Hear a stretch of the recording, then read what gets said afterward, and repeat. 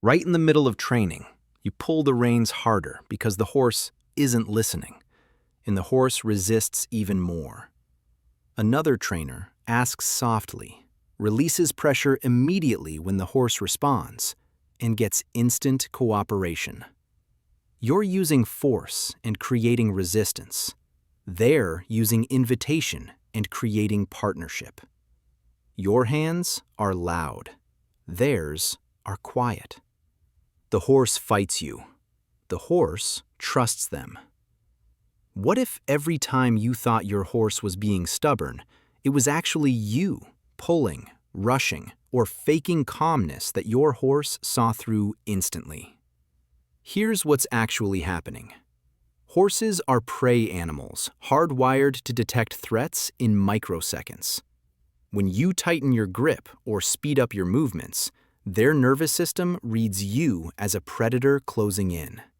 Research on equine cognition shows they process human body language faster than we process our own thoughts. Your heartbeat rises, your shoulders tense, your breathing gets shallow. And before you consciously realize you're stressed, your horse already knows. They're not being difficult.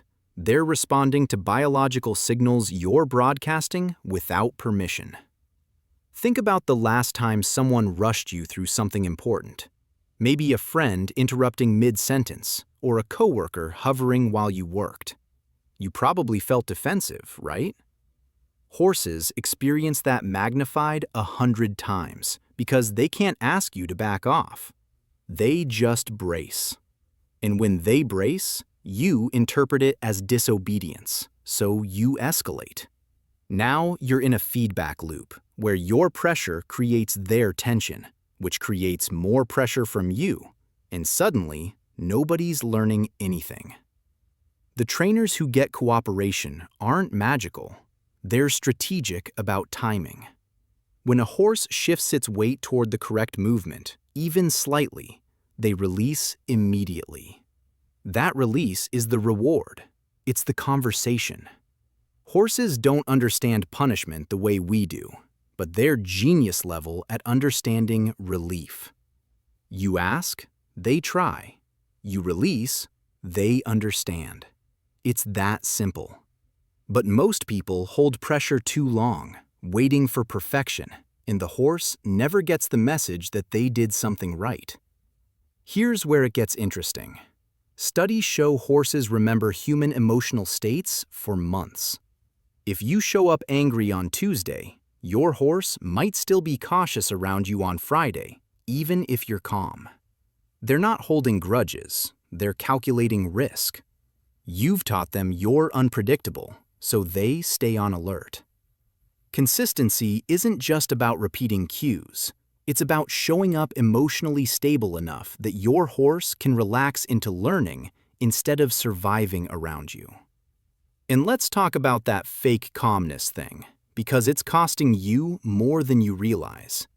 You smile, take deep breaths, maybe talk in a soothing voice, but your body hasn't caught up. Your jaw's still tight, your hips are locked. Your horse reads that mismatch and decides you're either lying or confused, both of which make you untrustworthy as a leader.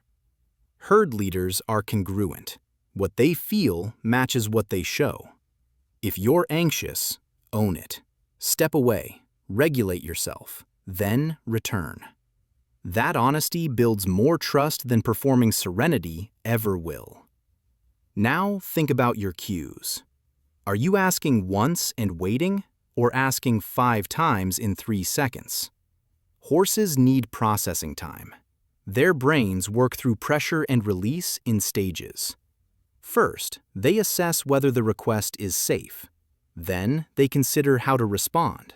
Then, they execute. If you pile on more cues before they finish step 1, you're just creating noise. They stop trying to decipher what you want and start trying to escape the confusion. That's not stubbornness, that's overwhelm. Pain complicates everything. A horse that suddenly refuses a movement they used to do easily isn't being defiant. Something hurts. Maybe it's their back, their hooves, their teeth, or ill-fitting tack. But they can't tell you in words, so they tell you in behavior. Before you label any horse as problematic, rule out physical discomfort. Most training issues disappear when pain disappears. Here's the shift that changes everything. Stop thinking in terms of dominance and start thinking in terms of clarity. Horses don't need you to be the alpha. They need you to be predictable, fair, and readable. When you soften your hands, slow your energy, and reward effort instead of demanding perfection, your horse stops defending themselves and starts volunteering. They lean in instead of bracing. They offer instead of evading.